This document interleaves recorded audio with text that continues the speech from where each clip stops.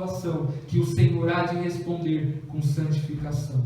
Esta é a oração que eu faço em nome de Jesus Cristo. A quem, pois, me comparareis para que eu lhe seja igual? Diz o Santo. No livro do profeta Isaías, nos 39 primeiros capítulos, nós vamos ver que o propósito desse livro é convidar, convocar, é chamar a nação de Judá de volta para Deus e revelar a salvação através do Messias que haveria de vir. Dos capítulos 40 ao 46, os outros 27 capítulos eles vão estar cheios de consolações, eles vão estar cheios de promessas futuras, eles vão estar cheios de bênçãos de Deus através do mesmo Messias que haveria de vir. O capítulo 40 ele vai nos mostrar que Deus está trazendo aqui ao povo um estabelecimento para Israel, tanto social quanto um restabelecimento espiritual. O versículo 40 ele vai nos marcar a partir do versículo 12, onde nós lemos a majestade de Deus. Aqui Isaías nos vai dar a entender da majestade de Deus que vai vir para reinar sobre a terra e assim julgar todos os povos, quando essa majestade for manifestada de forma plena diante dos homens. A majestade de Deus é o que nós vamos falar aqui nesta noite. Deus, ele é majestoso. O Salmo 8, versículo 1 diz: o Senhor, ó Senhor, Senhor nosso, quão magnífico em toda a terra é o teu nome, pois expusestes no céu a tua majestade. Então a majestade de Deus será o atributo ensinado como os demais aqui ensinaram. E o que significa a palavra majestade? A palavra majestade, ela vem do latim, significa sublimidade, grandeza suprema. Então, quando nós atribuímos a alguém essa palavra majestade, ou seja, majestoso, nós estamos reconhecendo a grandeza daquela pessoa. Nós estamos temos reverência para com aquela pessoa. É por isso que os imperadores, as imperatrizes, reis, rainhas ou alguém de um cargo muito grande e elevado, eles são chamados de vossa excelência, ou melhor dizendo, de vossa majestade, de sua majestade. Então esse atributo também ele se encaixa na pessoa, no ser de Deus. Quando nós falamos que Deus ele é majestoso, falamos acerca da majestade de Deus, nós estamos falando que Deus ele é sublime, que Deus ele é alto, que Deus ele é grande, que Deus ele é supremo sobre tudo e sobre todos. Nós vamos ver em diversos textos da Bíblia a palavra majestade. A palavra majestade ela é usada para expressar a ideia da grandeza suprema e sublime de Deus. O Salmo 93, versos 1 e 2 diz: reina o Senhor, revestiu-se de majestade, de poder se revestiu o Senhor e cingiu-se. Desde a antiguidade está firme o teu trono, tu és desde a eternidade. O apóstolo Pedro, quando ele estava ali escrevendo a sua segunda epístola, a epístola de Pedro, quando ele está ali relembrando da transfiguração do monte que ele observou de Cristo, ele vai dizer em 2 Pedro o seguinte, 2 Pedro 1,16: mas nós mesmos somos testemunhas oculares da sua majestade. Então Pedro ele foi um apóstolo que tanto foi testemunha, ou seja, ele tanto viu a majestade de Deus em Cristo lá na transfiguração do monte, como ele também ensinou acerca da majestade de Deus. Nós vamos ver a majestade de Deus sendo escritas em diversos textos, desde o Antigo Testamento, a majestade, a grandeza de Deus do princípio, a consumação dos séculos, sempre será evidente para os povos. Quando nós vamos ler a Bíblia em Hebreus, nós vamos ver que a palavra majestade, ela aparece por 2 vezes, substituindo o nome de Deus. Hebreus capítulo 1, verso 3, o capítulo 1 e o 8, diz que quando Cristo ele se ascende ao céu, ele se sentou à direita do trono da majestade nas alturas, à direita do trono da majestade nos céus. As alturas e os céus aqui não está dizendo que Deus ele está longe, que Deus ele é longe do ser humano. Pelo contrário, aqui as alturas e os céus está dizendo que Deus ele é acima de todos, que Deus ele está sobre todos, que Deus ele é maior que todos. E não somente isso, por ele estar em mais alto e sublime trono, ele deve ser adorado. O Salmo 48, versículo 1 diz: grande é o Senhor e muito digno de ser louvado. O Salmo 95, versos 1 e 3 diz: vinde, cantemos ao Senhor com júbilo, celebremos o rochedo da nossa salvação, saiamos ao encontro com ações de graças e vitoriemo-lo com salmos, porque o Senhor é Deus supremo e o grande rei acima de todos os deuses. Então a majestade de Deus nos é isso. Eu tentei procurar na internet uma definição, tentei procurar em dicionário bíblico uma definição mais completa da majestade de Deus, e eu não pude ali encontrar uma definição tão profunda. Então eu, orando a Deus, falei: Senhor, me mostra, me revela qual é a majestade do Senhor segundo as Escrituras. O que é a sua majestade, além de somente nós sabermos que o Senhor é grande, que o Senhor é supremo. E o que Deus me revelara dentro da sua palavra foi que Ele é o verdadeiro majestoso, ou seja, aquele que é revestido de toda a majestade, onde todas as suas ações e obras revelam a grandeza, a suplênia e a sublimidade de seu ser. A majestade dele é sem medidas e sem limites. Ou seja, Deus ele não somente é grande, porque muitas das vezes nós temos algo grande, mas com limite. Ou seja, esse púlpito, esse painel, ele é maior que eu, ou seja, ele é mais grande que eu, porém, ele tem um limite. Já a grandeza, a majestade de Deus, ela é além do limite, é uma grandeza sem limites. É como um hino que hoje eu ouvi diversas e diversas vezes de uma cantora que diz: infinito, maior do que o infinito. Eu perguntei para o meu irmão hoje, eu falei: você sabe o que é infinito? Ele disse: é algo sem fim. Falei: você sabia que Deus é maior que o infinito? Um jovem ímpio começou a se alegrar, começou a rir. Ele falou: como pode isso? Um Deus ser maior que o infinito? E é isso a majestade de Deus. Ele vai além dos céus e dos céus. A Bíblia diz que nem os céus dos céus pode conter a glória desse Deus majestoso. Então a majestade de Deus nós podemos definir nisso. As ações de Deus, as obras de Deus vai revelar que Ele é um ser majestoso, Ele é um ser revestido de majestade, Ele é aquele que é grande, Ele é supremo, Ele é sublime, e Ele não tem medidas e nem limites. Ele vai muito além de tudo e de todos. Isso aqui é a majestade, a glória, a grandeza de Deus. Abra a sua Bíblia em Isaías capítulo 6. Vamos ler os versos de número 1 ao 3, para que nós possamos aqui entender também um pouco mais da majestade de Deus.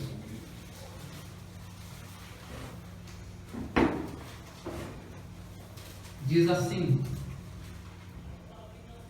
no ano da morte do rei Uzias, eu vi o Senhor assentado sobre um alto e sublime trono, e as abas de suas vestes enchiam o templo. Serafins estavam por cima dele, cada um tinha 6 asas. Com 2 cobria o rosto, com 2 cobria os pés, e com 2 voava. E clamavam um para os outros, dizendo: Santo, Santo, Santo é o Senhor dos exércitos. Toda a terra está cheia da sua glória. No versículo 1 do capítulo 6 de Isaías, nós vamos ver que Isaías ele tem uma visão deslumbrante. Ele tem uma visão aterrorizante da majestade de Deus. Isaías vai descrever no versículo 1 que ele vê um ser supremo sentado sobre um trono alto e sublime. Ele vai dizer que somente as abas, ou seja, somente a orla, somente o manto desse ser majestoso cobria todo aquele templo. Isaías então ele escreve esse ser majestoso sentado sobre esse templo, onde toda a sua veste preenchia aquele grande templo. Isaías ele teve essa visão. Isaías ele teve essa visão deslumbrante, aterrorizante do Deus poderoso, de Yahvé, de Jeová, quando o rei Uzias morre. A Bíblia é bem clara: no ano que morreu o rei Uzias.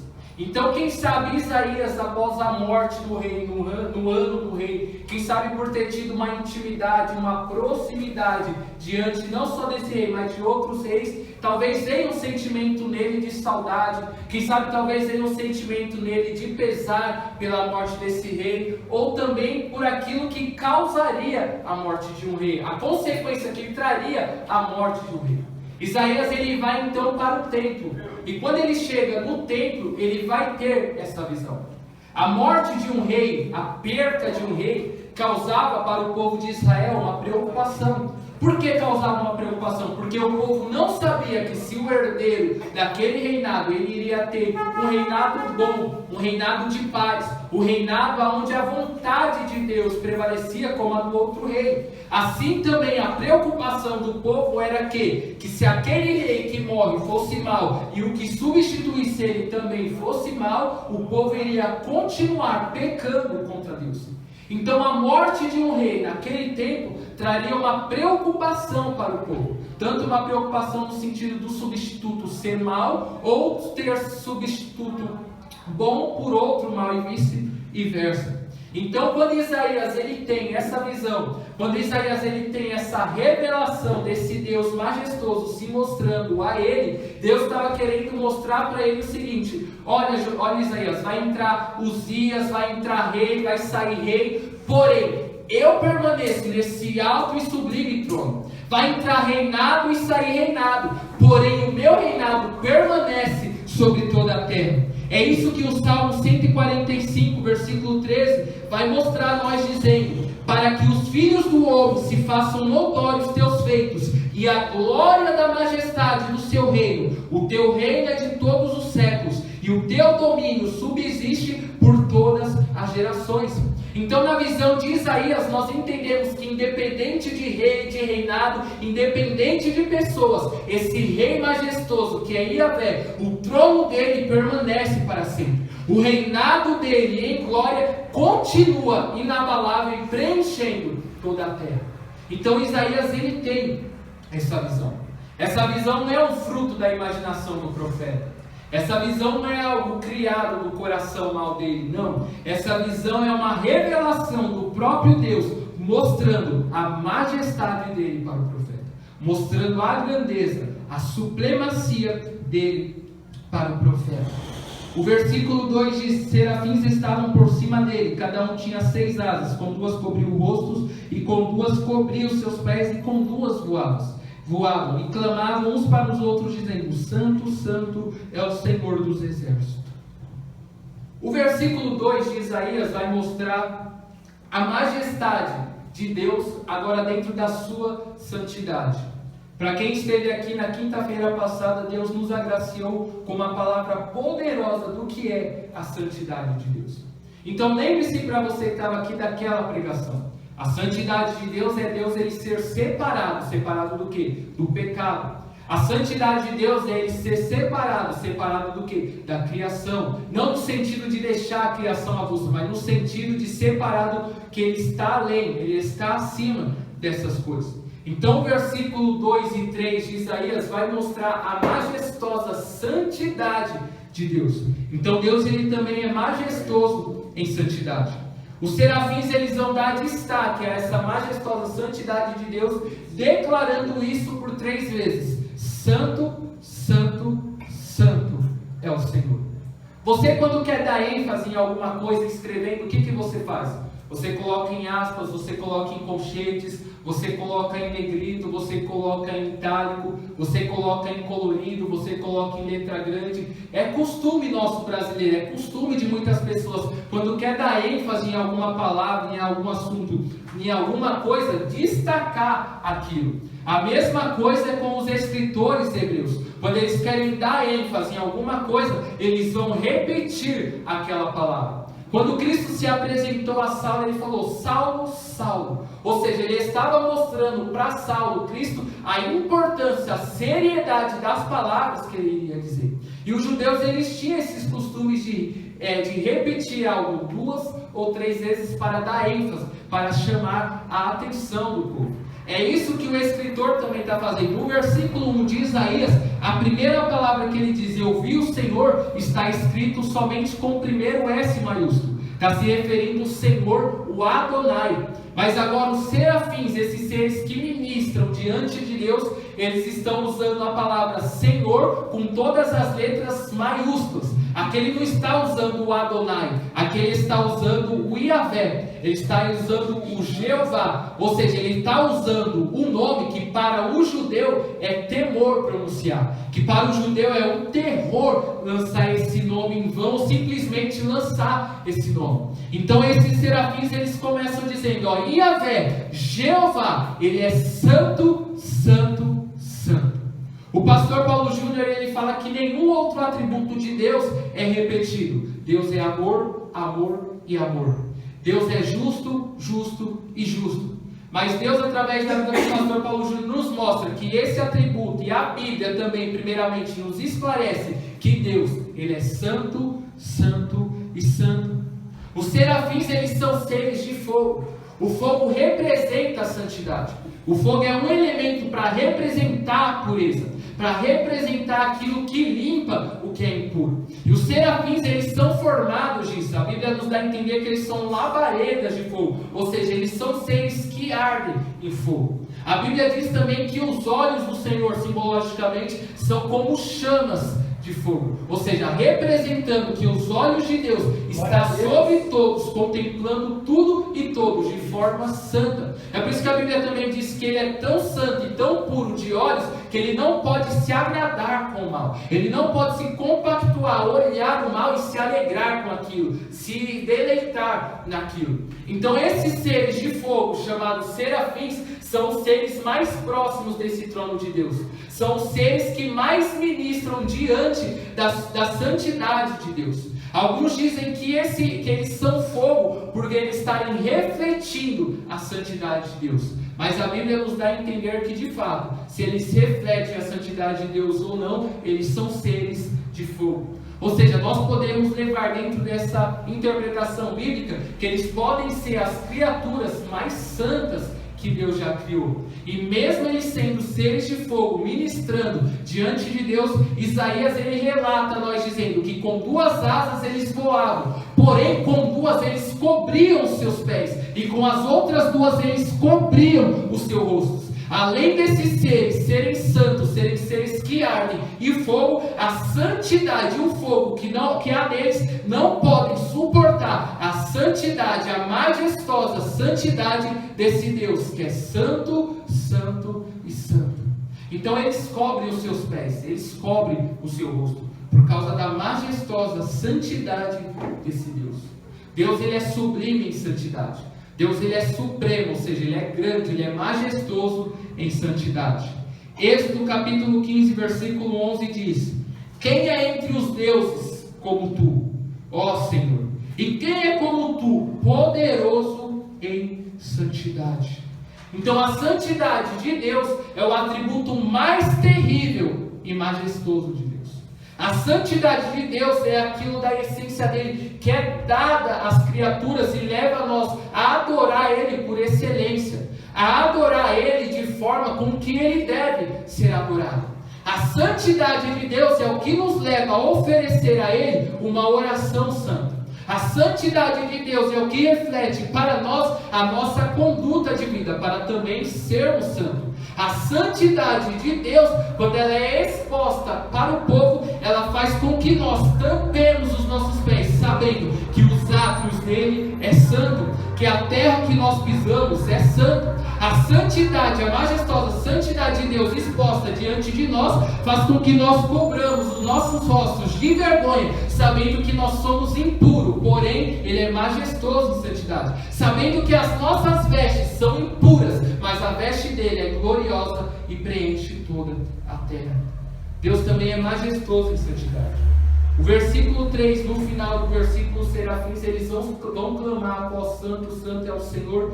Eles vão dizer: toda a terra está cheia da sua glória. Fazendo um contraste com o texto que nós lemos em Isaías capítulo 40, nós vamos ver que aqui vai ser revelado a majestade de Deus, ou seja, a glória majestosa de Deus. Salmo 19, versículo 1 vai dizer: os céus proclamam a glória de Deus, e o firmamento anuncia a obra das suas mãos. Ou seja, a glória de Deus, ela é manifestada, a majestosa glória de Deus é refletida na criação do universo. Tempo me faltaria para falar das Vias Lácteas, para falar das galáxias, para falar dos bilhões e bilhões de estrelas, para falar dos diversos planetas. Tempo me faltaria para explanar aqui acerca da criação. Mas um dos atributos que nós falamos no início desses estudos do mês passado foi acerca do Deus Criador. Ou seja, o Deus que criou o planeta, o Deus que de forma harmoniosa criou tudo, manifestando a sua glória, como diz aqui. A Via Láctea, as galáxias, elas têm diversas e diversas bilhões de estrelas. E a Bíblia diz no texto que nós lemos, também como vai dizer em Salmo 147, versículo 4, que essas bilhões e bilhões de estrelas, esse Deus majestoso conhece cada uma delas, e cada uma delas Ele chama pelos seus nomes. Nós vamos ver que há céu e céu, ou seja, há o céu e o céu dos céus. Os hebreus entendem que há 3 tipos de céus: os céus que a gente consegue ver, o céu que somente consegue ver através de um telescópio, e o céu onde acredita-se que Deus está, onde é a morada de Deus. E ainda com esses 3 céus que ele mediu a palmos, a Bíblia vai dizer em 1 Reis capítulo 8, 27, que o céu dos céus não podem conter esse Deus. Então, tempo me faltaria muito mais para falar da criação de Deus, para falar dessa grandeza, dessa majestade de Deus. A grandeza de Deus também, a glória de Deus é manifestada também no julgamento. E Ezequiel capítulo 39, versículo 21 vai dizer: manifestarei a minha glória entre as nações, e todas as nações verão o meu juízo. Então a glória de Deus também é manifestada no julgamento dos homens.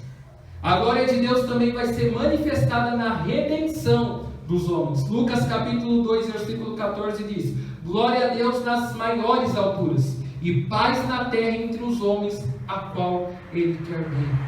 Ou seja, a criação, o julgamento, a redenção, ou seja, as obras de Deus, vai refletir para nós que Ele é majestoso em glória. Então nós estamos aqui conhecendo um pouco mais desse atributo maravilhoso de Deus.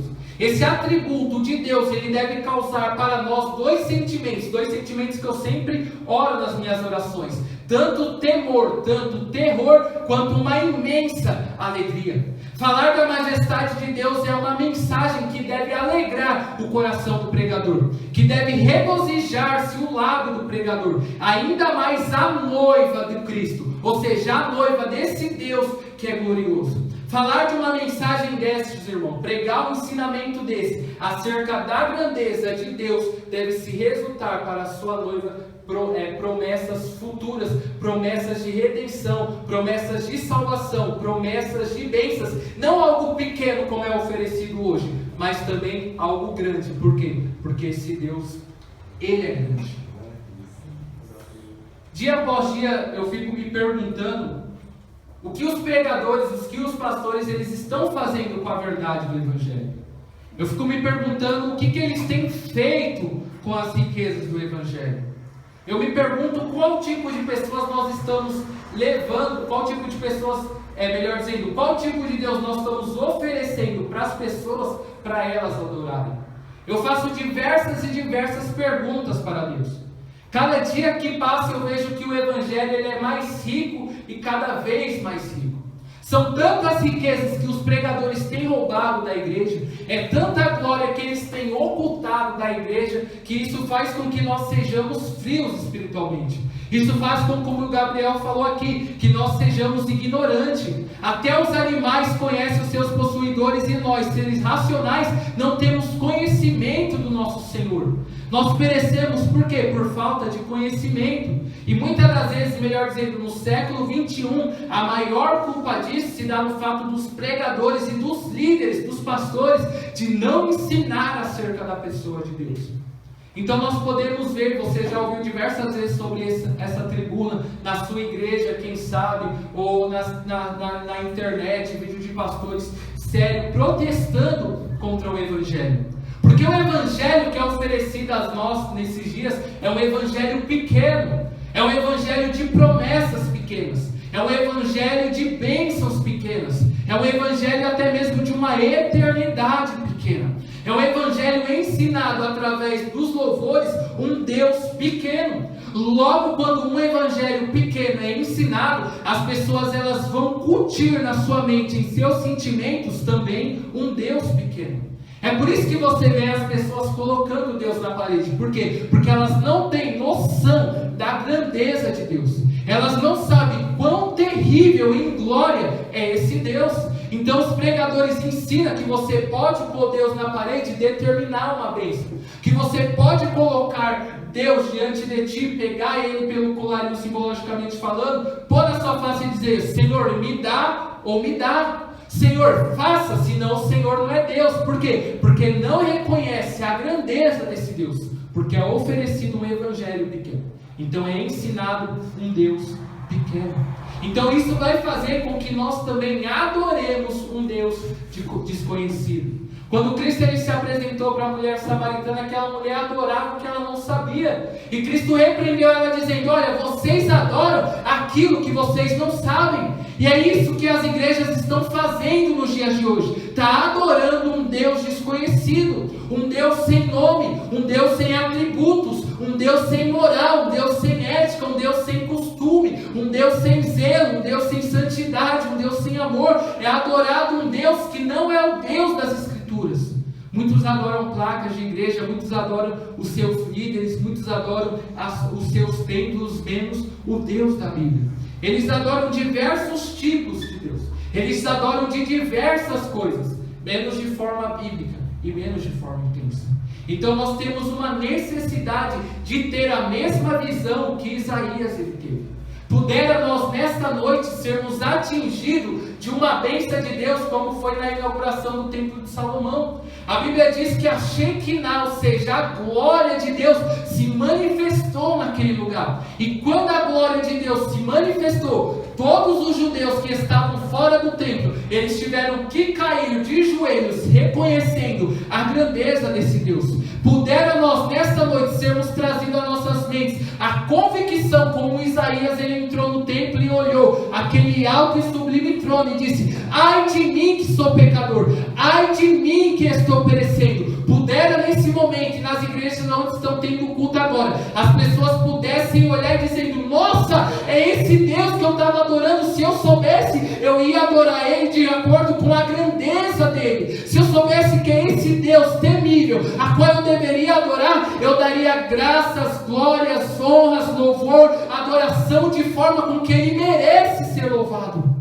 Reverend Hill ele dizia que 5 minutos na eternidade já seria o bastante para que nós pudéssemos mudar todo o nosso conceito, toda a nossa cosmovisão para com Deus. Bem verdade é essa palavra. Se nós tivéssemos 5 minutos de desfrutar da grandeza desse Deus, eu posso afirmar para você que você não ia pensar no seu trabalho amanhã, em cliente amanhã, em patrão. Você não ia pensar não no sentido de ser negligente, mas porque você está em êxtase daquela glória a qual você estava vendo, daquela visão deslumbrante a qual seus olhos estavam contemplando. O que falta para a igreja no século 21 é uma visão da glória de Deus, é uma visão da santidade de Deus, é uma visão da majestade, da grandeza de Deus. E como isso vem? Isso vem através da exposição do Evangelho. Por quê? Porque não há livro de Karl Marx, não há filósofo, não há escritor, não há poeta, não há romântico, nenhum ser que possa fazer uma escritura tão grande como a grande escritura desse Deus que é grande. Então quando o Evangelho ele é exposto para você, é a visão, ou seja, é uma audição que te traz à mente a grandeza desse Deus.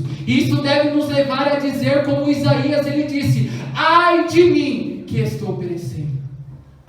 A visão de Deus faz a igreja perecer, mas não no sentido de que nós iremos morrer, mas faz perecer no sentido de reconhecer a grandeza dele e a nossa miséria. Se você vê pregadores por aí autossuficientes, é porque não conhecem a grandeza de Deus. Hoje eles são grandes. Há uma história de um pregador que ele pregava numa igreja, ele era muito conhecido. E sempre ele pregava, culto após culto. E certa vez ele estava doente, ele não pôde ir pregar. Então um pregador pequeno, tanto em nome como em estatura, foi pregar. E uma criancinha segurou na mão da mãe dela e disse: mãe, a igreja passou por reforma? E a mãe dela disse: não, é que aquele pregador ele era tão grande que ele encobria a cruz que estava no púlpito atrás dele.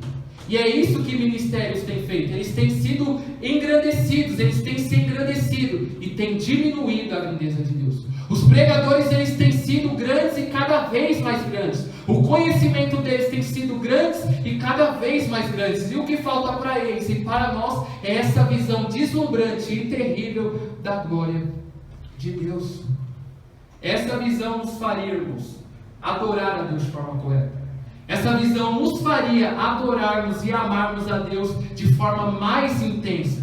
Essa visão nos faria mudar todo o rumo da nossa vida. Muitos apoiam a visão de que quando Isaías ele tem essa visão deslumbrante, foi quando o ministério profético dele começou a correr, verdadeiramente começou a correr de forma correta. E assim também é para nós. Essa visão majestosa de Deus nos torna crentes corretos, nos torna crentes santos, nos torna crentes fervorosos, nos torna crentes adoradores, nos torna crentes que se deleitam na oração, nos torna crentes que se deleita na meditação da palavra, em todas as coisas que envolvem a vida de um cristão. Glória a Deus, sabe isso. Romanos vai nos dizer que os homens eles estão mudando a glória do Deus incorruptível em nada. Então nós podemos ver as pessoas falando através dos ensinamentos que nós somos pequenos deuses.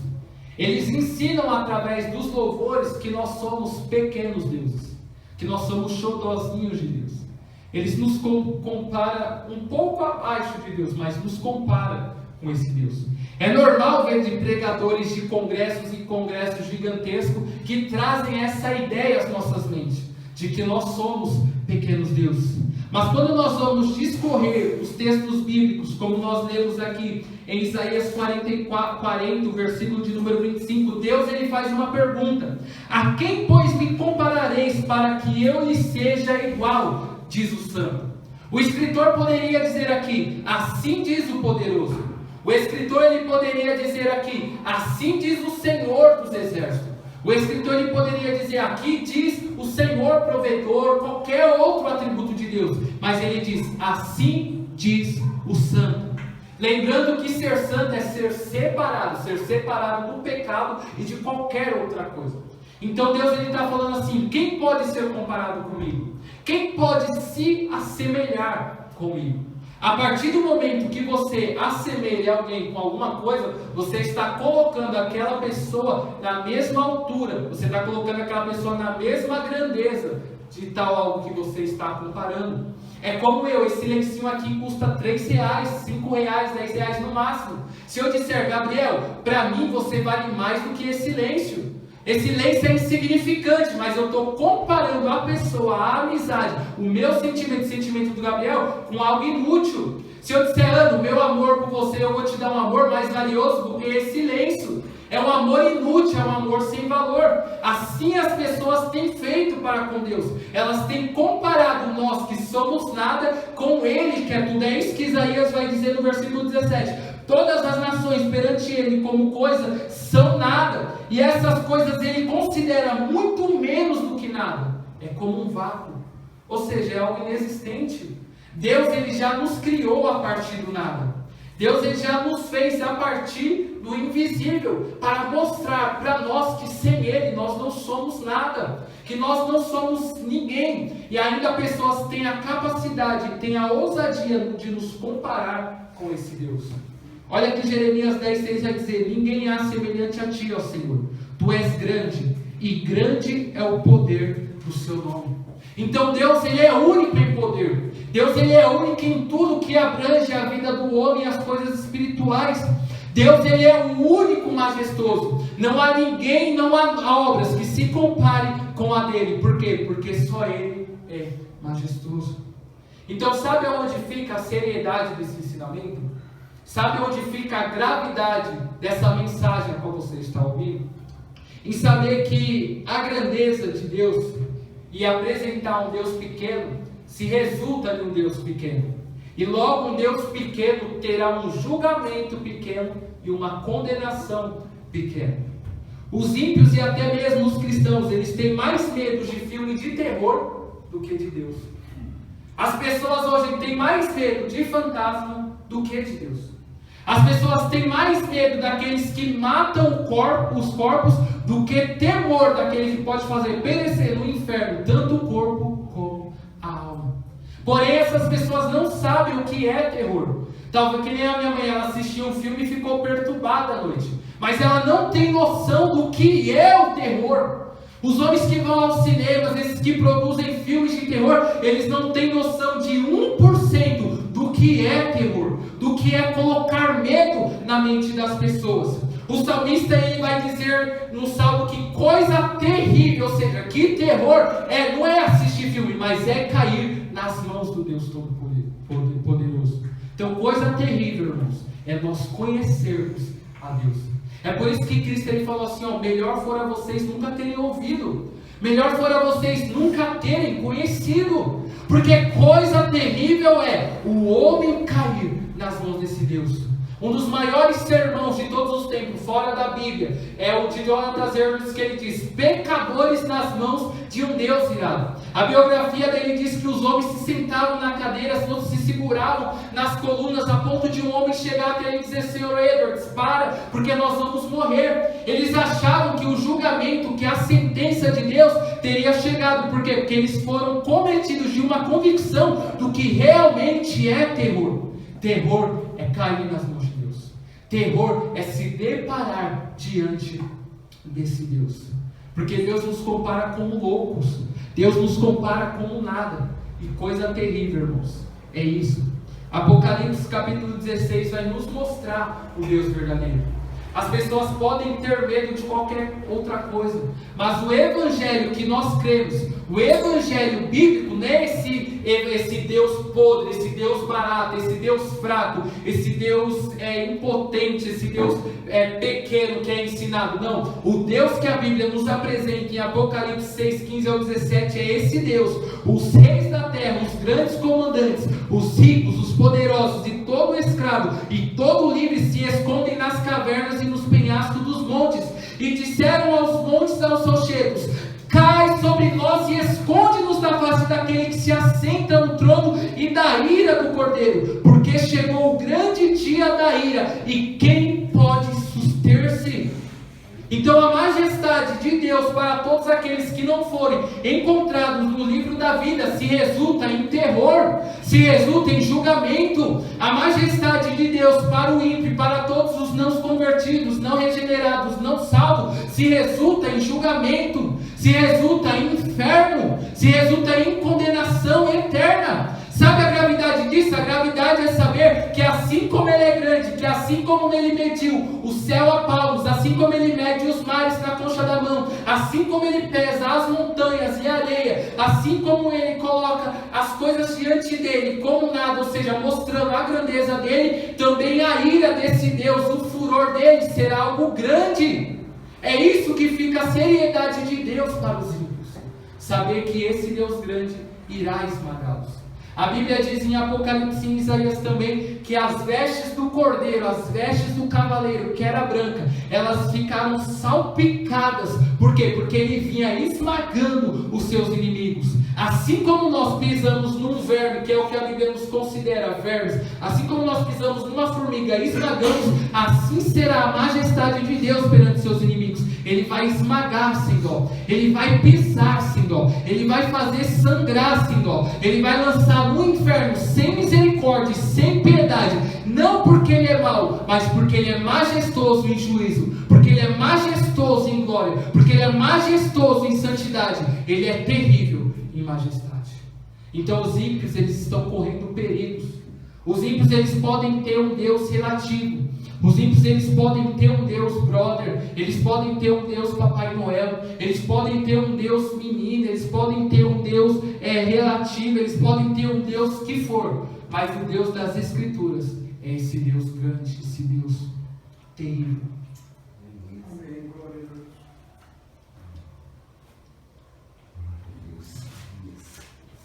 Isaías capítulo 53. A Bíblia vai dizer: quem creu em nossa pregação?